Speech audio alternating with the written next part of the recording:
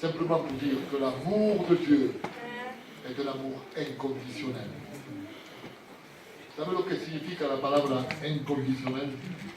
Ça veut dire qu'il ne demande rien en retour. Nous demandons, si je te fais du bien, je veux aussi que tu me fasses du bien. Mais l'amour de Dieu est inconditionnel. Lui, il a fait pour nous et en retour, il ne nous demande rien. Gloire au Seigneur, amen. Alors je crois que cet amour qui vit dans nos cœurs a changé, a bouleversé la vie de la plupart d'entre nous. Aujourd'hui, nous sommes là en train d'adorer le Seigneur.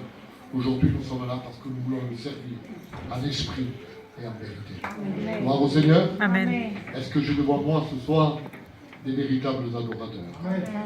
Est-ce qu'il y a des adorateurs ici? Amen. Est-ce que vous êtes venus pour adorer Dieu? Amen. Est-ce que vous êtes venus pour passer un moment dans sa présence? Amen.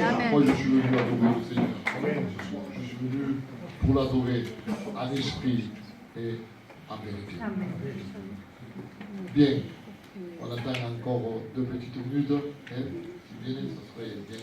Est-ce que quelqu'un, en attendant, aurait quelque chose à dire? C'est une réunion de partage. Même que ce soit un culte, on peut partager beaucoup de choses ensemble. Est-ce qu'il y aurait quelqu'un ce soir qui voudrait partager quelque chose avec nous? Ne parlez pas tous à la fois. Est-ce qu'il y aurait quelqu'un qui voudrait dire quelque chose pour... Allez. Je vous salue au nom de Jésus. Là, ce soir, je vous donne ce témoignage parce qu'il est vraiment important.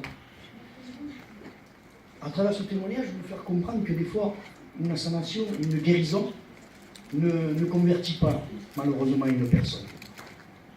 Parce qu'il y a déjà quelques années en arrière, à peu près 18 ans en arrière, par malheur, on a eu un neveu qui est tombé dans la piscine. Il est tombé dans cette piscine. Il avait 18 mois à l'époque, le petit. Et bon, bien sûr, il y a les pompiers, tout ça, les hélicoptères qui sont venus ici au Bossé. Ils l'ont emmené, je vais le dire un peu vite, ils l'ont emmené à l'hôpital à la Timone, à Marseille. Bon, on était en bas. Et comme on a de la famille à Barcelone, quand on s'est trouvé à la Timone, la première chose qu'on a fait, c'est de les avertir que le petit était tombé dans la piscine, il était mort, quoi. Voilà. Il était mal au point. Et on les a avertis. Alors qu'est-ce qu'ils ont fait? Comme c'est mes oncles qui travaillent, la plupart ils travaillent tous, ils sont venus, mais le soir, quoi. Ils sont partis tard de Barcelone. Mais en venant ici, à Saint-Jean-de-Védas, c'est juste avant d'arriver à Montpellier, dans le péage, eux ils avaient une saxo et il y avait un poids lourd, une 33 tonnes. Et moi j'appelle ça, c'était la fourmi contre l'éléphant. Et eux ils avaient une saxo.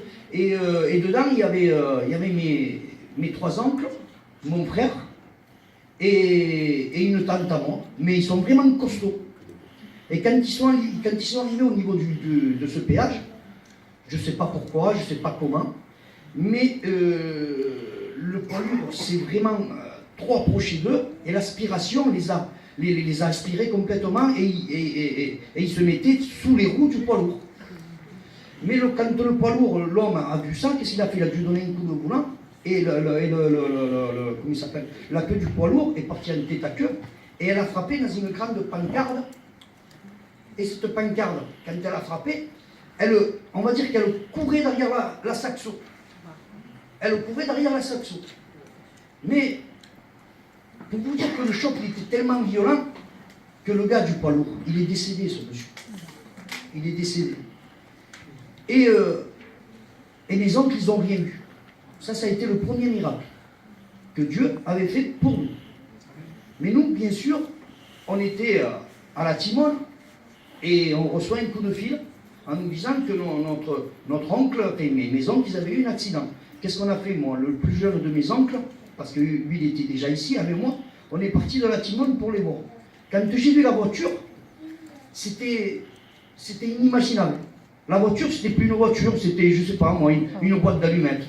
Vraiment, c'était incroyable comment ça pouvait être. Mais eux, ils n'ont rien eu.